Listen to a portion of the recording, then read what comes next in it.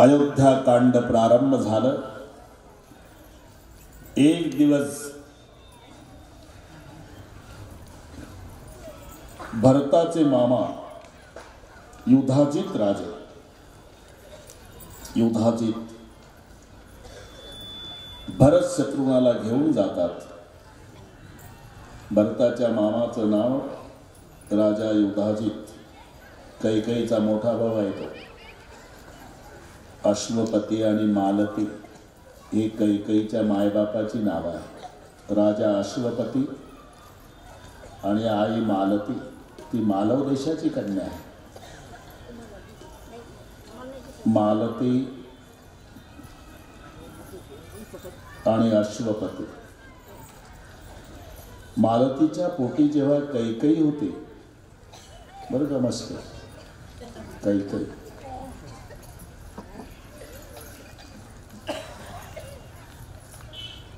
अश्वपतीला वर्षा ऋषीचा आशीर्वाद होता। वर्षा ऋतू नाही, वर्षा ऋषी, थोडंसं जमलं तर लक्षात ठेवा। हे संदर्भ फार किचकट असतात, पण ठोक ठोक सांगतो मी। जसे जनकाकडे शतानंद, दशरथाकडे वसिष्ठ, तसे कैकेयीच्या बापाकडे वर्षा ऋषी होते। आणि वर्षा ऋषीच्या आशीर्वादानं अश्वपती राजाला पक्षाची पशुची भाषा कळत होती। युधाजित हा मोठा मुलगा, पण कैकेयी जेव्हा पोटात आहे, ही हट्टी होती। कैकेयीची मम्मी मालती हट्टी होती, जिद्दी होती। मी म्हणल तसंच, म्हणून ती माय तशी लेट झाली। हे पुढचं नंतर वेल्डिंग करा, फक्त एवढं सांगू द्या। ती पोटात आहे आणि आताच्या भाषेत गार्डनमध्ये अश्वपती आणि कैकेयी, आपलं ते अश्वपती आणि मालती, जी मालती गरोदर आहे, पोटात कैकेयीचा गर्भ आहे। फिरत असताना राजहंसाचं जोडपं पाण्यामध्ये सरोवरात जलक्रीडा करत होतं आणि ते आपसात चर्चा करत होतं। त्या राजहंसाच्या जोडीची चर्चा अश्वपतीनं ऐकली आणि अश्वपती हसायला लागला। अश्वपती म्हणजे कैकेयीच्या पप्पाचं सांगतो, हे नातेगोते विसरू नका, फार बिघडून जाईल नाही तर। हसायला लागला तर मालती म्हणजे कैकेयीची आई, जिच्या पोटात कैकेयी आहे। का हसला तुम्ही? आता मी तुला आशीर्वाद देतो, वर्षा ऋषी म्हणाले होते, पक्षाची भाषा तुला कळेल, पण पक्षी काय बोलले हे दुसऱ्याला सांगशील तर मरून पडशील। आता अडचण अश्वपतीला आहे। नाही सहज आतो, नाही सांगा, का असला तुम्ही? तर राजाला प्रश्न पडला, आता सांगितलं तर मी मरणार आहे, तुम्ही मेला तरी चालेल। ही हट्टी होती ना कैकेयीची मम्मी, मी मेलो तरी चालेल? हा, तुम्ही मेला तरी चालेल, पण सांगा। नाही सांगणार मी। मग माझ्यावर तुमचं प्रेम नाही, नाटक करता प्रेमाचा? प्रेमाचा आहे। प्रेम आहे तर मग सांगा, पण मी मरणार आहे, मेला तरी सांगा। हे दिवसभर हट्ट करत होती, पण सांगितलं नाही अश्वपतीने। शेवटी सायंकाळची वेळ आली तेव्हा हिनं अंगावर रॉकेल ओतलं। रॉकेल सांगता का घेऊ पेटून? अश्वपतीनं विचार केला, हे जर पेटली तर डबल हत्येचं पाप लागतंय मला। एक तर पत्नी मेली आणि तिच्या पोटातलं गर्भ गेला, असं दुहेरी पाप लागतं। राजा उदास होऊन बसला। योग असा की वर्षा ऋषी तिथे आले। उदास का झाला राजा? तुम्हाला घासलेटचा वास नाही येत का महाराज? येत, त्याच्यामुळे झालं उदास। रॉकेल ओतून घेतलं बायकोनं आणि ती म्हणती पेटून घेती। तर सांगा, आता सांगावं तर मी मरतो, नाही सांगावं तर ते डबल हत्या होते। अशा अडचणीत मी आहे। राजा माझा ऐक, तिला म्हणा उद्या सकाळी सांगेल। पण सकाळी सांगितल्यावर मी मरणार आहे ना? तुला मरायची वेळच येऊ देत नाही मी। आज रात्रीच तिचं बाळंतपण होतं आणि रात्री बाळंतपण झालं म्हणजे मुलगी वाचली। आणि हिची जी दासी आहे, तिचं नाव मंथरा आहे. मंथरा हे कैकईच्या मम्मीची दासी, हे नीट ऐका. मग त्या मंथरेकडे आपण हिचं पालन पोषण सोपू आणि बाळणपण झालं की रात्रीच हिला रथाला बांध. वर्षा ऋषी म्हणले रथाला तू मारायचंच नाही, रथाला बांध आणि ज्या जंगलात जास्त हिंस्त्र पशु आहे तिथे नेऊन सोडून दे. तसंच केलं. बाळणपण झालं, ही कैकईशी झाली. कैकई जन्माला आली. पालन पोषणाची जबाबदारी मंथरेवर आली. ही मम्मीची दासी होती, मम्मीची. मग मम्मी इतकाच मान द्यायची कैकई मंथरेला आणि तिला रथाच्या त्याला बांधून नेलं, जंगलात दिलं सोडून. ते हिंस्त्र पशुनं तिला संपवलं. थोरला मुलगा राजा युधाजित होता. त्याची बहीण ही कैकई, ती राजा दशरथाला दिली. पण लेखी करून घेतलं होतं, हिच्या पोटी जन्माला आलेलं पोरग राज्यावर बसेल वगैरे वगैरे वगैरे मध्ये पुन्हा वाढेल. व हे फाटे किती फुटतात.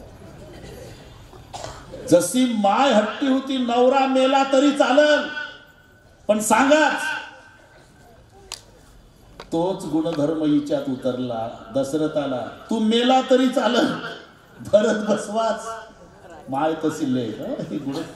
ही मंथरा तिकडची होती, माहेरची होती. युधाजित हा मोठा मुलगा होता, म्हणजे भरत शत्रुघ्नाचा मामा. एक दिवसची घटना आहे. ते इंद्राच्या सोबत मदतीला, इंद्राला मदत म्हणून लढाईला गेलेला राजा दशरथ ते चाक निघून पडणार होतं. तिनं आपल्या हाताच्या द्वारा ते चाक सांभाळलं. कोणी? कैकईनं. याचं कारण एका ऋषीचा दंड तिच्या माहेरी चोरीला गेला होता. दंड सापडेना, ऋषी व्याकुळ झाले, कारण ऋषीचं दंडावर खूप प्रेम असते. दंड सापडेना आणि तो कैकईनं शोधून दिला.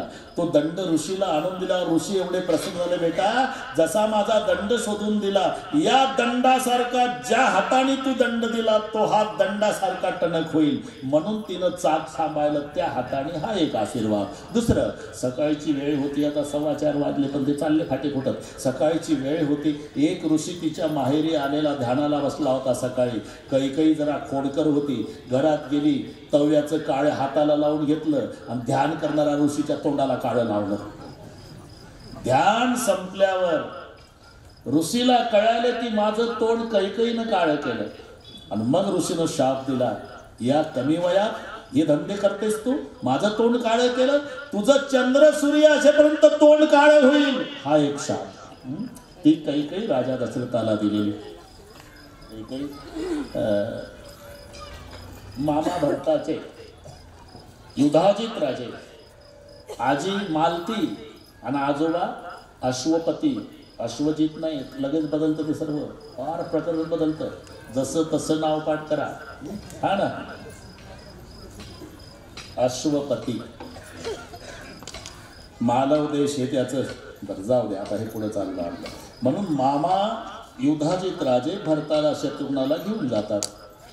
राजा दशरथानं एक दिवस सकाळी स्नानाधिकर्म आटोपलं, कपडे केले, मुकुट केला आणि आरशामध्ये बघितलं. राजाला मुकुट वाकडा दिसला, कानाजवळचं केस पांढरं दिसलं आणि मुकुट वाकडा झाला म्हणजे कारभार मुलाच्या ताब्यात द्यायचा असतो. काही असंही म्हणतील, दशरथ राजाला मुकुट होता, त्याचा वाकडा झाला म्हणून मुलाच्या ताब्यात कारभार द्यायचा प्रश्न आला. आपल्याला मुकुटच नाही तर वाकडा व्हायचं कारण काय? तर मुलाच्या ताब्यात कारभार द्यायचा प्रश्न येतोच कुठे भाऊरावजी. असं कोणी डोकं चालवतील, भास्करराव नाही भाऊरावजी, असं कोणी डोकं चालवतील तर मुकुट मी सांगतो वाकडा का सरळ तुम्ही ठरवा. ज्या दिवशी तुम्ही घरी येता, अंगणात पायातल्या जोड्याचा आवाज झाला की घर लटलट लटलट लटलट कापतं. सगळे भराभरा आपल्या खोलीत सुना, नोकर कामाला, मुलं उद्योगाला. कोणी कोणाशी बोलत नाही. फक्त एक म्हातारी पुढे येऊन धाडस करते आणि अति नम्रतेनं म्हणते, चहा घेता का कॉफी घेता का दूध घेता, खायला करून देऊ काही, का स्वयंपाक तयार, ताटच वाढू. समजायचं सासते मुकुट सरळ आहे. पण 10 वर्षाचा काळ जातो, तेच म्हातारं येतं अंगणात येऊन बसतं 10 वर्षांनी. चहा ना रे, चहा ना रे, अरे चहा ना रे. म्हातारी म्हणती बडबडू देत असं, नांगर धरायला गेलं तर कामाचा धामाचा मरतही नाही एकदाच. समजा आता मुकुट वाकडा झाला भाऊरावजी, कारभार मुलाच्या ताब्यात देणे. हे राजा दशरथाचं सांगतो. आणि मग पण 14 दिवस निर्णय मनात ठेवला आणि 14व्या दिवशी वशिष्ठाला सांगितलं माझी अशी इच्छा आहे. वशिष्ठ म्हणाला आनंदाची गोष्ट आहे, उद्या सकाळी राज्याभिषेक करू रामाला राज्याभिषेक. त्यालाच कल्पना नाही. वशिष्ठांनी सांगितलं रामा उद्या तुझा राज्याभिषेक आहे, व्रतस्थ राहा, दरबारच्या आसनावर बसून राहा, जेवण करायचं नाही, फलाहार दुग्धपान सगळे नियम सांगितले. अयोध्या सुशोभित केली आणि विरोधकाची मीटिंग बसली. ही बरोबर मीटिंग असते. पण आताची मीटिंग सरस्वतीकडे आहे. सरस्वती काही करा, कोणाच्या बुद्धीत बदल करा. राम राज्यावर बसता कामा नाही. सरस्वतीनं ते पात्र निवडलं जिनं कैकेयीचा लहानपणापासून सांभाळ केला. आईसारखं महत्त्व कैकेयी मंथरेला देत होती म्हणून तिचं वाटेल ते ऐकत होती. कारण माय मेली म्हणजे तिला लेक झाल्यावर जंगलात नेऊन हाकलली आणि सांभाळली मंथरेनं. म्हणून मंथरा सांगेल तसं तसं कैकेयी ऐकायची. त्या मंथरेच्या बुद्धीमध्ये बदल झाला. ते हिवरा झाडावर विकल्प येऊन बसला. त्या मंथरेच्या बुद्धीत प्रवेश केला. त्याने मंथरा बिघडली. ते नगर सुशोभित झालेलं बघितलं आणि विचारलं तर रामाचा राज्याभिषेक हे कळल्यावर तर धक्का बसला एकदम. कैकेयीला येऊन सांगू लागली तुला काही कळत नाही पुरी, काय झालं? राजमातेचा अधिकार कौशल्याला जाईल, राम राज्यावर बसणार आहे. कैकेयी म्हणाली मला आनंद आहे माझा राम राजा व्हावा, तुला कळत कसं नाही? दासी म्हणून जन्मभर जीवन जगावं लागेल. तर ऐकून घेत नाही. तेव्हा मंथरा खाली कोसळली. तिला कवटावून उचलायचा प्रयत्न कैकेयीने केला. तेव्हा हिच्यातला विकल्प तिच्यात प्रवेश करता झाला आणि मग बिघडली कैकेयी. बोल मंथरा काय करू मी? तू म्हणशील तर विहिरीत उडी टाक. विहिरीत उडी टाकायला तयार. ते करायचं काही काम नाही. पूर्वीचे 2 वर मागायची वेळ आलेली. एका वरानं राज्य मागून घे भरताला, एका वरानं 14 वर्ष वनवास माग. रामाला ही सगळी तयार केली. कोपभवनात मलिन वस्त्र अलंकार विरहित जमिनीवर पडून राहा. रात्री राजे आनंदाची वार्ता सांगायला येतात. तेव्हा कैकेयी कोपभवनात तिथपर्यंत येतात. कैकेयीची अवस्था पाहिली. राजानं तोंडाजवळ तोंड नेलं. कैकेयी निकाल असं घाबरू नका. तू तिथलं सांगतो रागावर इकडे तोंड फिरवलं. चेअरमन दादा किती कोण आले? कैकेयी तुम्हाला होणे देखणे का? कैकेयी निकाल जाऊ द्या असं. ती एवढी रागावती. हा बाबा इतका गोडीनं बोलतोय. कोकिल कंठी गजगामिनी सुमुखी सुलोचनी पिकबचनी 5 शब्द वापरले. हे शब्द ढाकणे पतीनं पत्नीला वापरावं पण एकांत पाहिजे, तारुण्य पाहिजे.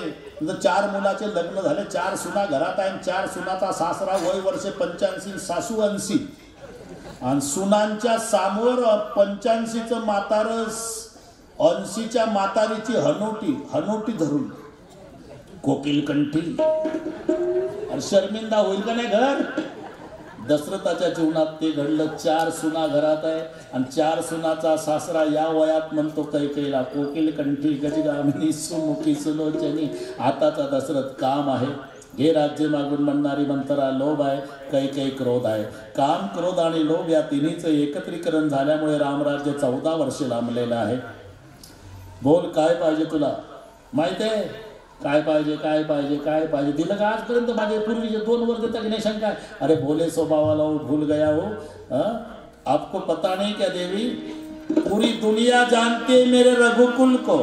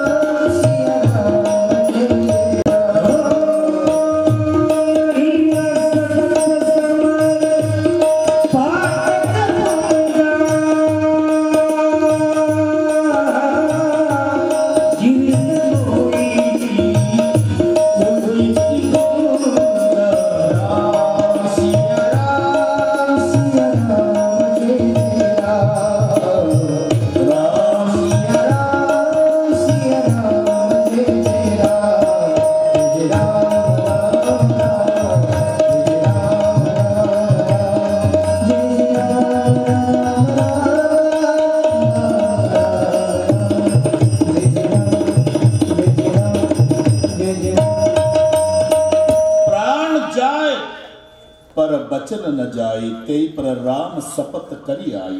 रामाची शपथ घातली दादा पाटील. उठून बसली कैकेयी. निकल जाओ यहाँ से. आपका मोहणी देखणे का अशी रागावणारी, पण दशरथानं रामाची शपथ घातल्याबरोबर या शब्दात बोलू लागली, सुनो प्राणप्रिय भावती का, सुनो प्राणप्रिय भावती का,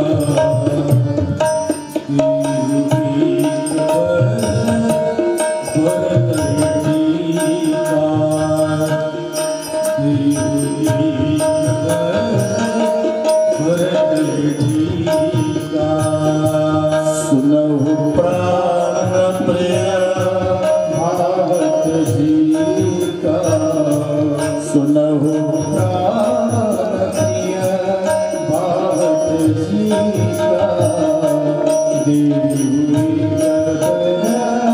भरत जी का,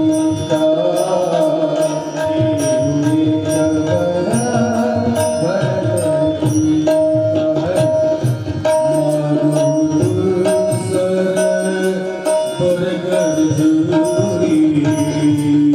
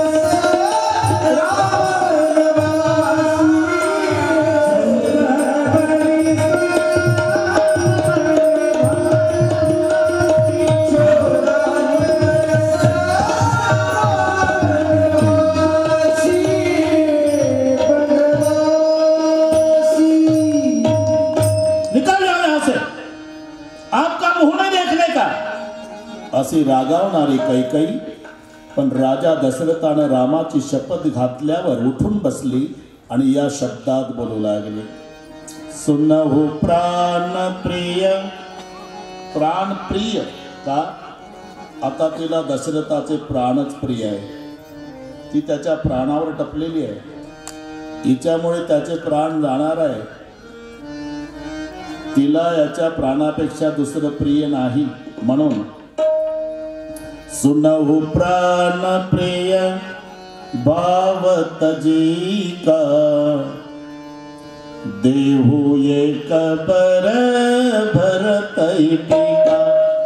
एका वराने माझ्या भरताला राज्य द्या. तरी दशरथ राजाला वाईट वाटलं नाही. मग दुसरा वर, मागहु दूसर बर कर जोरी, पुरवहु नाथ मनोरथ मोरी. तापस पेश पिशाच उदासी, 14 बरस राम बनवासी. मग धक्का बसला. अरे भरत के लिए शासन ठीक है, लेकिन राम के लिए बनवास क्यों? तो बोलती कि राम साधु है. अभी भी बोलती महाराज राम साधु है. तो साधु को जंगल क्यों भेज रही? साधु है करके जंगल भेज रही. क्यों महाराज? राम का राज तिलक बताने के लिए आए तो कितने प्रसन्न दिखाई दे रहे थे. भरत का राज तिलक, भरत के लिए राज्य मांगा तो इतनी उदास क्यों? राम आपका बेटा, भरत आपका बेटा नहीं क्या? कई अरे कौशल्या आपकी रानी है, मुझे क्या बाजार से खरीद कर लाए क्या? ठीक है, दुनिया को कहूंगी कि रघुकुल झूठा कुल. खबरदार कही गई. कुल के बारे में कुछ बोली तो ये भी सुन ले, जबान खींच लूंगा।